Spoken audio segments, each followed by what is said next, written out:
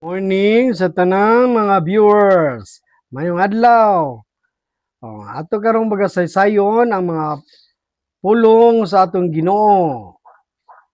Ang Ebanghelyo karong adlaw, July 9, 2025.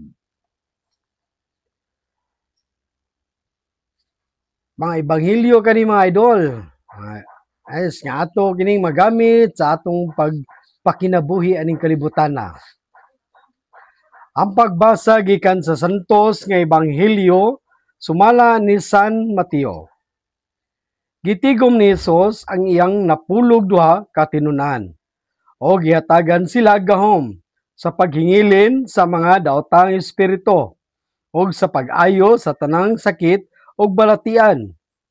Ang mga ngalan sa napulog duha ka apostoles mao kini.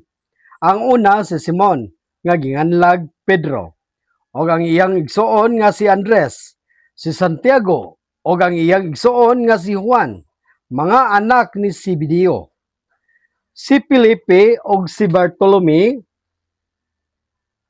si Tomas o si Mateo, ang kobrador sa Bohes, si Santiago ang anak ni Alpio, o si Tadio, si Simon ang patriota, o si Judas Iscariote ang nagbudhi sa atong Ginoong Hesukristo.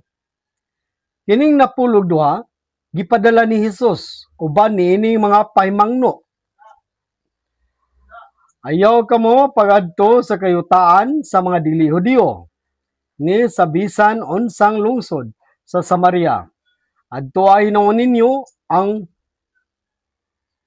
nangawala nga mga karnero sa nasod sa Israel.